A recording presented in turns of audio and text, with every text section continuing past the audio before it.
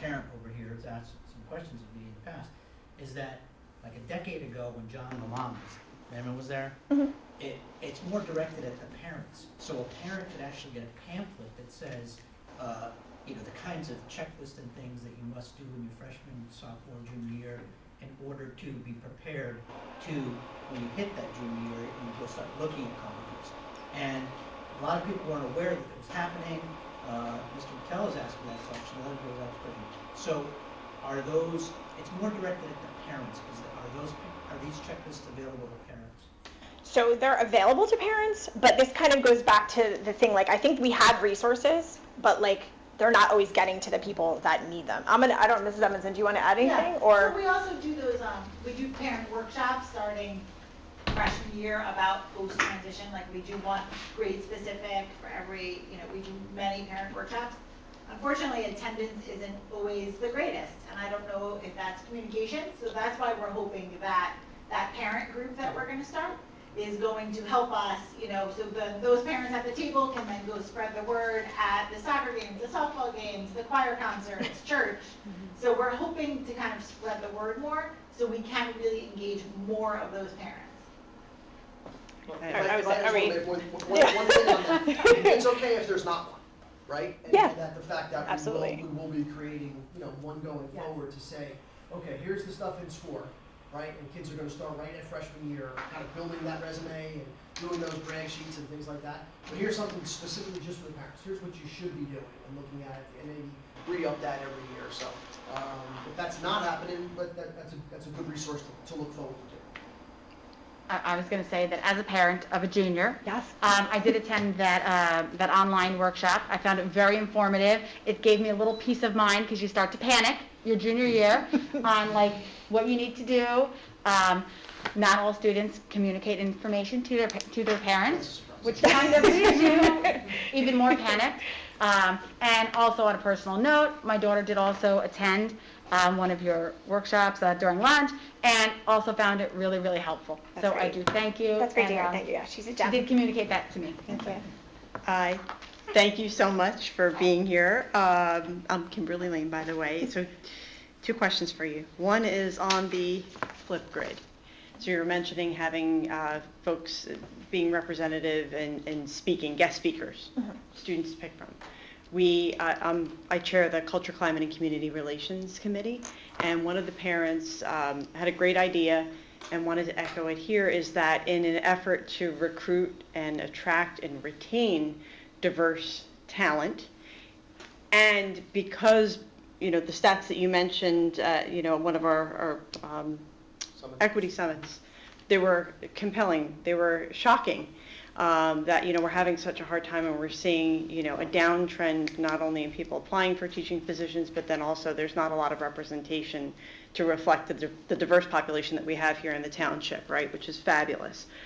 Can we ensure that we have not only at our in-person events, but making sure that we have representation within that guest speaker circuit, diverse teachers? And maybe if the students aren't necessarily comfortable in asking teachers from this particular arena from our township here, inviting other professors and teachers from the secondary and primary education levels to speak. Everything from how much do you make a year? All those kind of uncomfortable questions, but you need to incentivize kids, to take advantage of those opportunities. Yeah, that's a great suggestion. And actually, just to piggyback off of that, yesterday, that is one of the things we talked to, we talked to the kids about salary. And when I did those career starter conversations with the juniors, those are one of the things we talked about too. That's a very real thing for students to talk and be comfortable asking those questions. So, but I think that's a great idea. So I appreciate that suggestion. Thank you very So much. I want to make sure we just addressed what Dr. Connors wanted to talk about. And I think I know the answer, right? So Chris, Teresa, and you and I have spoken about not so much tracking our graduates, right? I mean, a lot of high schools, they boast, we have 95% of our kids go to 4-year colleges. Well, how many really finish, right? So I think that's an important thing for us to do, and we have spoken about that. And no matter what work we've done in the past, it's still not enough. Not to mention getting graduates in who are successful in any different realm of whether it be college or career or anything, right? To come back and talk to our kids. I think that's really important, and the four of us have discussed that, to really bolster that as we move forward.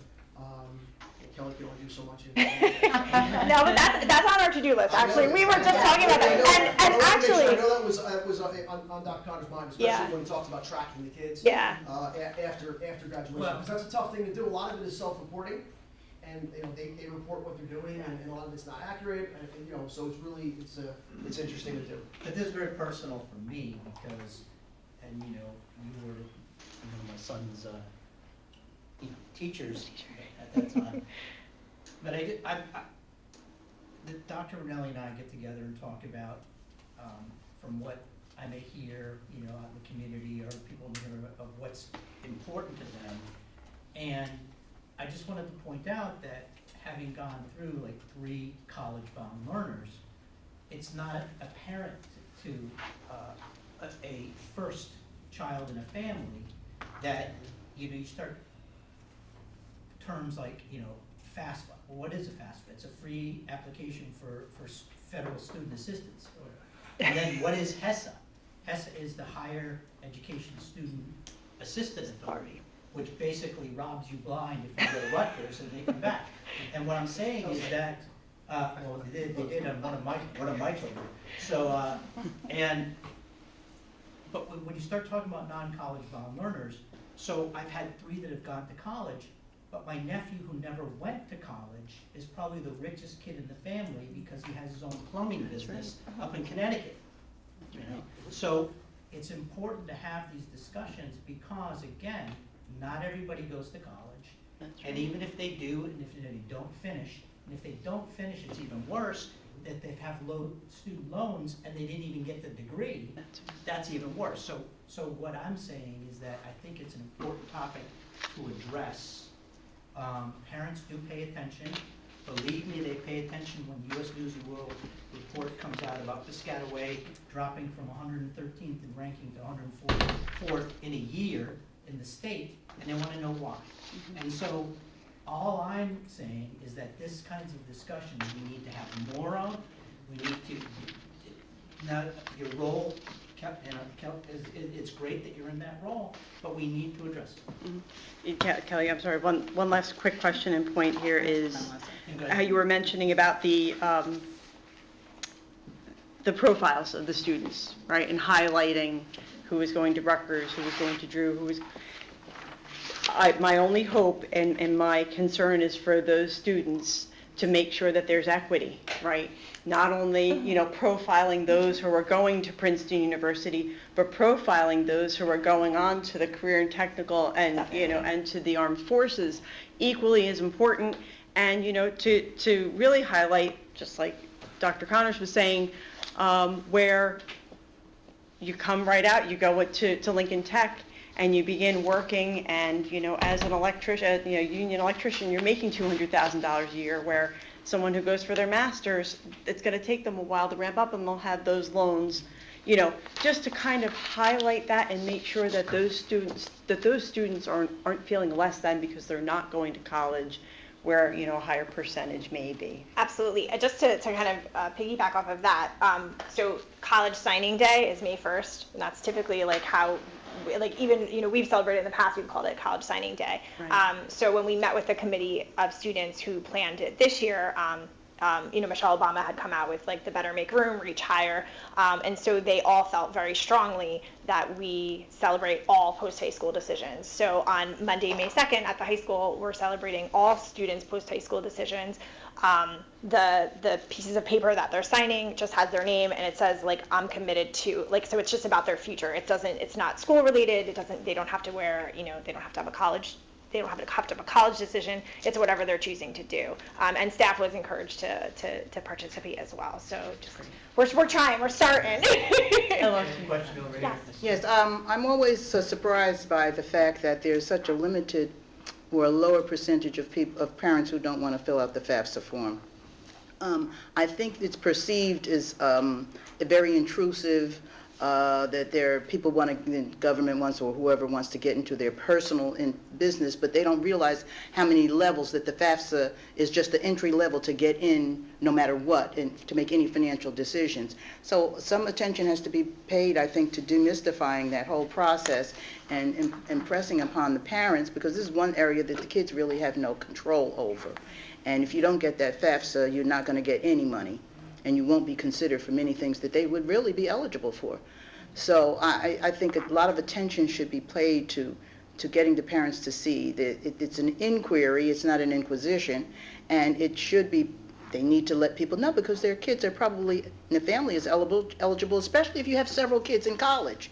And there's so many levels that, that the FAFSA and information would be helpful to them and beneficial. Yeah, we were very surprised about the numbers, and that's definitely that's something we have to focus on next year. We have to get our families to fill them out, and all the reasons you said are the reasons that people don't, but we have to really kind of just bring to their attention the importance and the benefits of filling it out. I agree. Not to mention, it's one of the most difficult programs in the universe. Yes, it is. I've done it 5 times for my kids in the past 3 Absolutely. years, and you get on one field that you can't get off of for 4 hours. Because they just won't let you fill it out for whatever reason. Well, It's so when frustrating. it was hard copy, I just used Yeah. That was back in the "I'm old days when poor, I need money." Well, yeah, Way in old days. No, so the question I was gonna ask was the same thing. I think parents need support with that FAFSA form, because I remember I was like, no, I don't wanna sign it up. It takes a lot Yeah. of time and commitment. The gentleman we brought in the fall was amazing, but we didn't have the most attendance. But it was also October. It was in person for a reason. We didn't really think people would want to do that on Zoom necessarily. But again, it was still a strange time. I don't think everyone was necessarily comfortable attending an in-person event at that point. But we definitely, it's on our list to kind of think about. And also, I think we're going to look at, when they get that financial aid package, bringing somebody back in to process that with parents, because I think that's also a very confusing piece for both the students and the families. What does this really mean? Sometimes kids will come in and say oh, I got some scholarships, but it's really $5,000 in loans. And so it's really important that they understand the difference to that. So that's definitely on our list, and we're open, especially those of you that are living this, if you have suggestions on how to demystify that process, we're open to hearing them, because we really just want to help our kids and help our families. Yeah. Thank you very much. Thank you all so much. Thank you.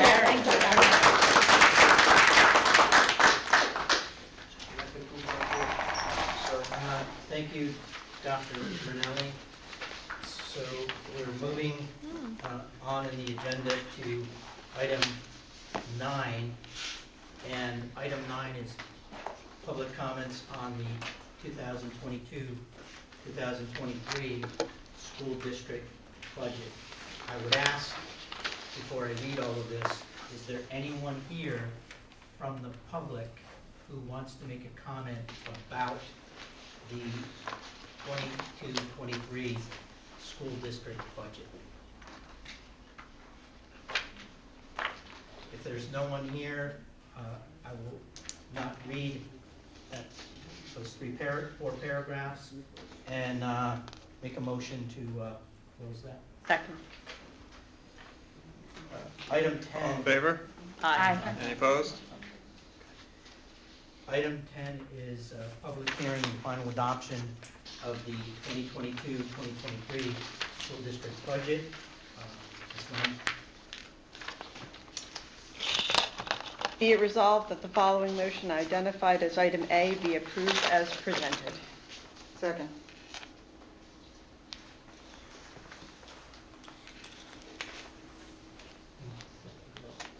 Mr. Board Secretary, please take a roll. Mrs. Cordino? Yes. Mrs. Lane? Yes. Mrs. Rashid? Yes. Ms. Smith? Yes. Dr. Connors? Yes. Motion carries. Item 11 is personnel and labor relations. Ms. Smith? Be it resolved that the following motions identified as items A through D be approved as presented. Second.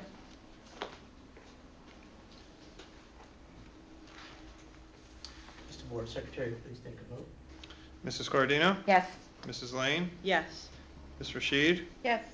Ms. Smith? Yes. Dr. Connors? Yes. Motion's carried.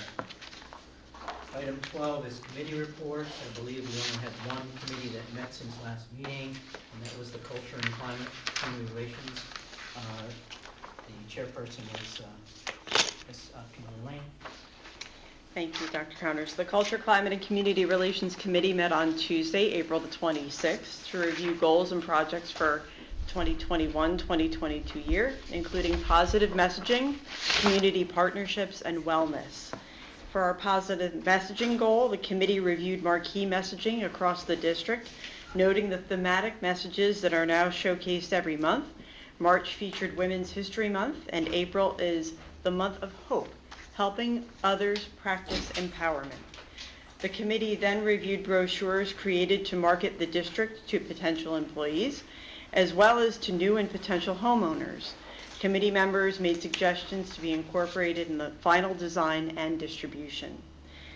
For our community partnership goal, the committee reviewed the history of ongoing relationships with Rutgers University and received an update from Ms. Pogratz as to work currently underway with the Rutgers Business School and Rutgers Future Scholars Program. Ms. Palermo reviewed the district's partnership with Jersey Cares, including a new financial literacy lesson for Piscataway High School students conducted by Charles Schwab. And for our wellness goal, the committee reviewed a student video for Wellness Wednesdays and suggested including all videos on the district website. The committee also reviewed plans for an upcoming parent workshop developed by the Haven. And that concludes my committee report. Thank you. Any questions or comments? All right, thank you, Ms. Lane. The next item is approval of minutes. We'll go with Ms. Rashid.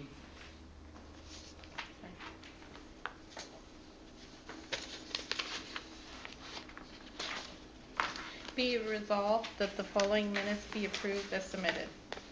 Business meeting April 14, 2022, executive session April 14, 2022. Second. All in favor? Aye. Aye. Any opposed?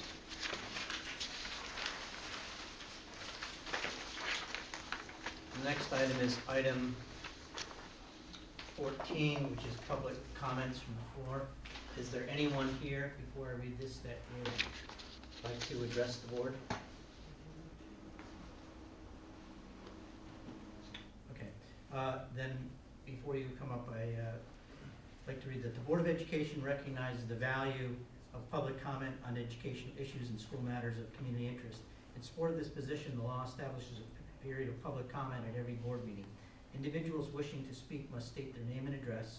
Comments are limited to 3 minutes duration, but as an individual may speak a second time after all others who wish to speak on the topic have been heard. The board may require that individuals register to speak prior to the beginning of the meeting. Participants may submit written material in support of their position. All statements and/or questions shall be directed to the presiding officer, and no participant may address or question board members individually.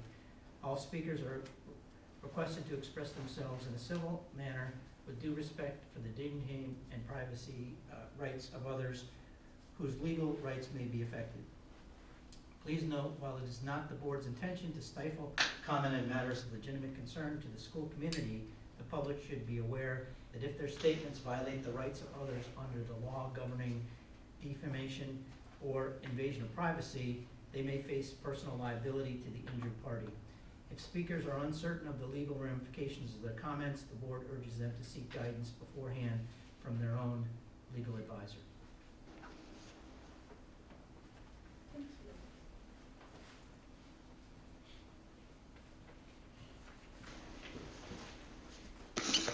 Good evening.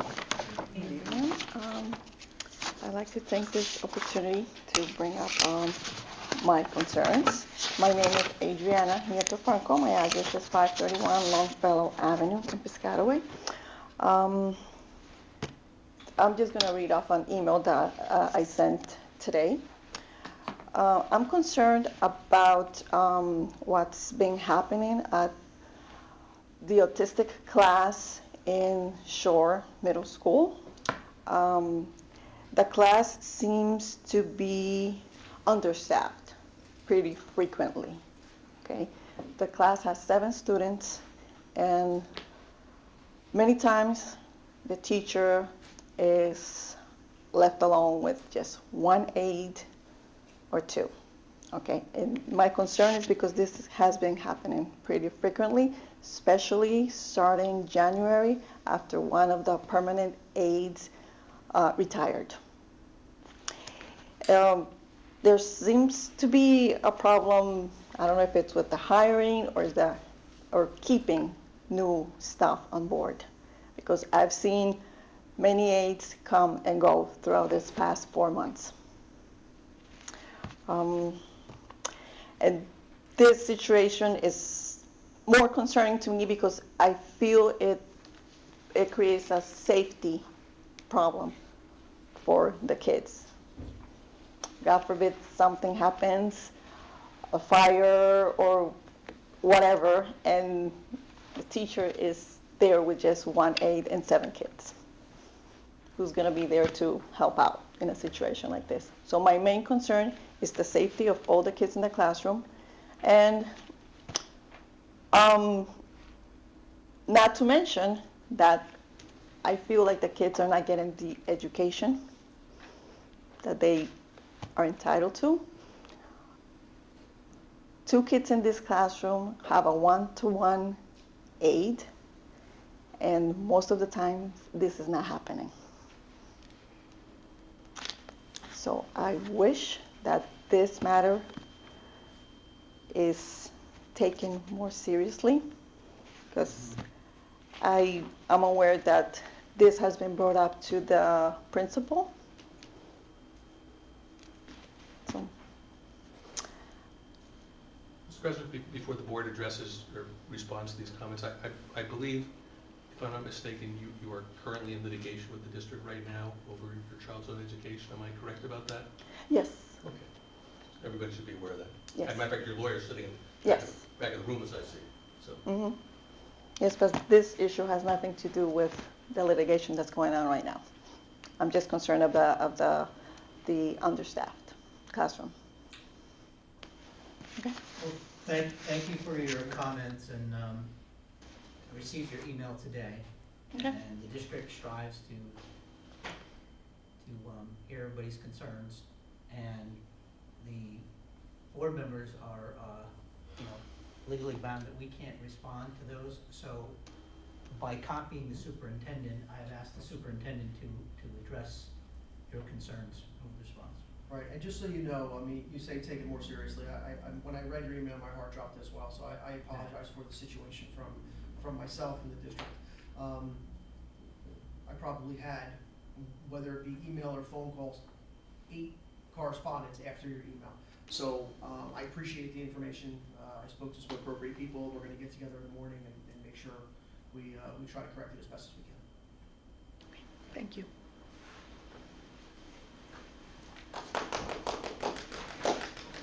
Is there anyone else who wishes to address the board? My name is Dharmi Patel. My address is 153 Denellen Avenue. I'm sorry, the first name? Dharmi There. Patel. Can you spell? It's DHARMI. Thank you. And you said 153 Denellen Avenue? Yes. Thank you. I really didn't have anything, but I just want to echo his parents. Not exactly the same issue, but as a parent of a special need child, it is not only the safety. The biggest struggle I see with child with special needs is every time you change the staff.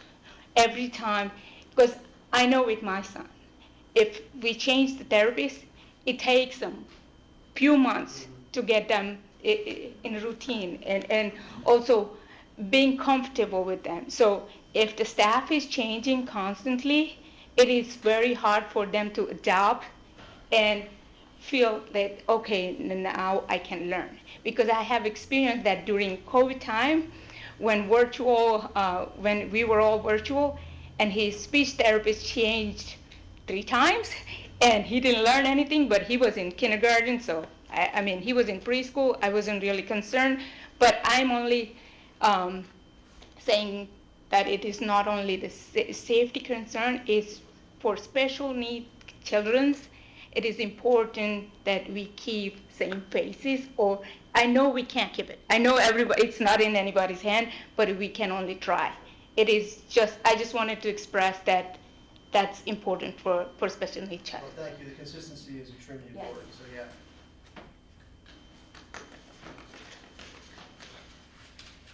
Is there anyone else that wishes to address the board? Seems there's no one, then, motion to close. Motion. Second? All those in favor? Aye. Aye. Those opposed?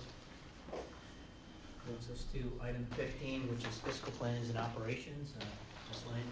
Be it resolved that the following motions identified as items A and B be approved as presented. Second?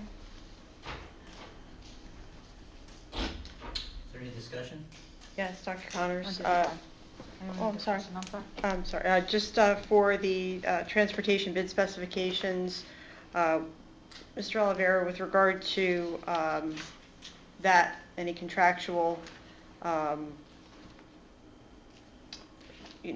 motions I think that we make, in taking a look at that, can we involve a component where we ask those bus companies to have at least a plan in place to enact EV buses within their fleet within a certain number of years? So the contract itself would be for 1 year. Okay. Transportation contracts are eligible for renewal, but it's only a 1-year contract. In particular, with the first bid, actually both of these bids, because the second one is quite unique because it relates to preschool. I'd be hesitant to include a clause like that would severely limit, if not eliminate, our bidding pool. Okay. Many folks embrace electric buses, as we've discussed, and the district has a target to try and move in that direction. The private bus companies are further behind than us. They haven't Right. even had those conversations, most of them. Okay. So I'd be concerned Okay. that we wouldn't have bidders. Okay. Thank you for entertaining the question. Appreciate it.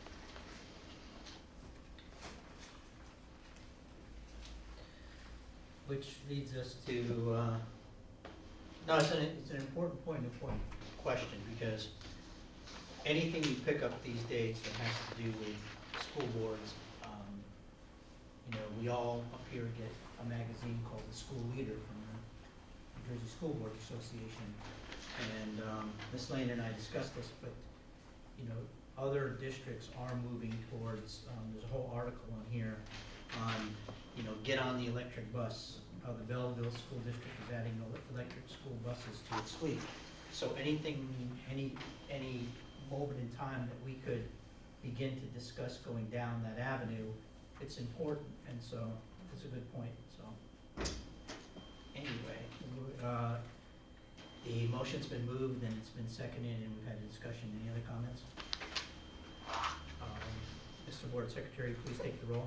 Mrs. Lane? Yes. Ms. Rashid? Yes. Ms. Smith? Yes. Mrs. Corradino? Yes. Dr. Connors? Yes. The motion's carried.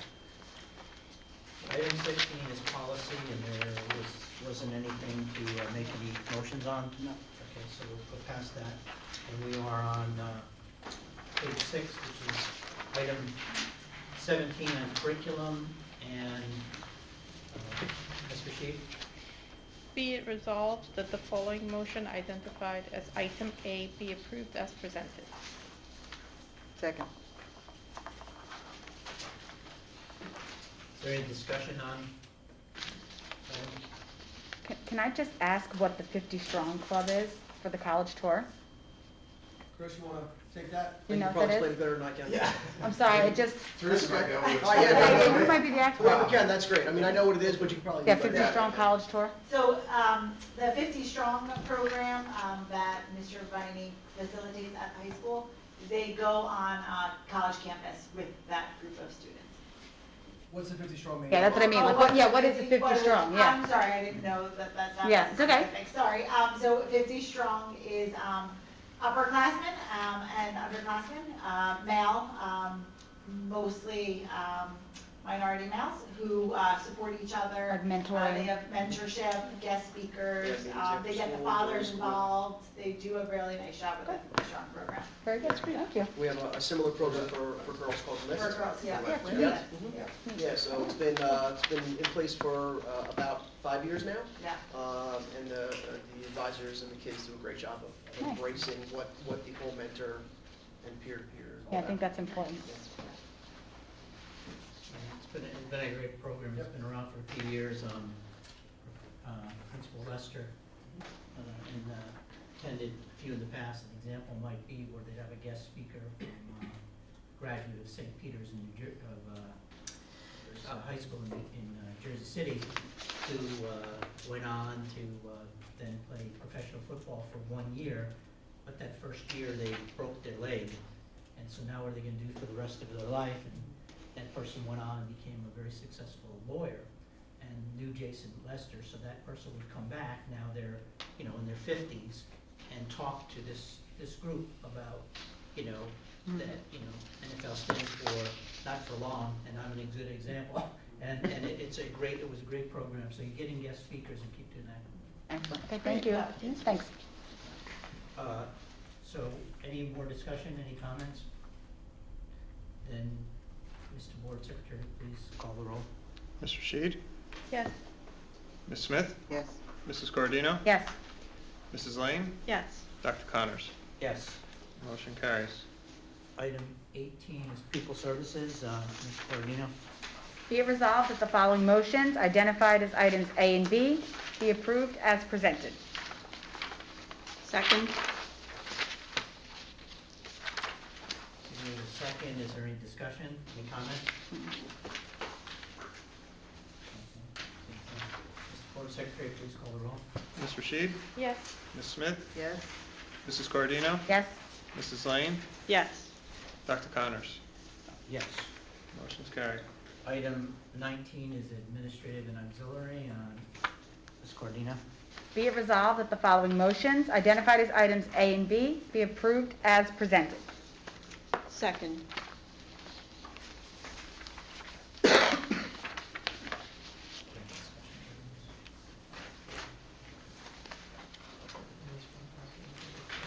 Any discussions, any comments? Hearing none, Ms. Board Secretary, please, read the roll. Ms. Smith? Yes. Mrs. Cordino? Yes, Mrs. Lane? Yes. Ms. Rashid? Yes. Dr. Connors? Yes. Motion's carried.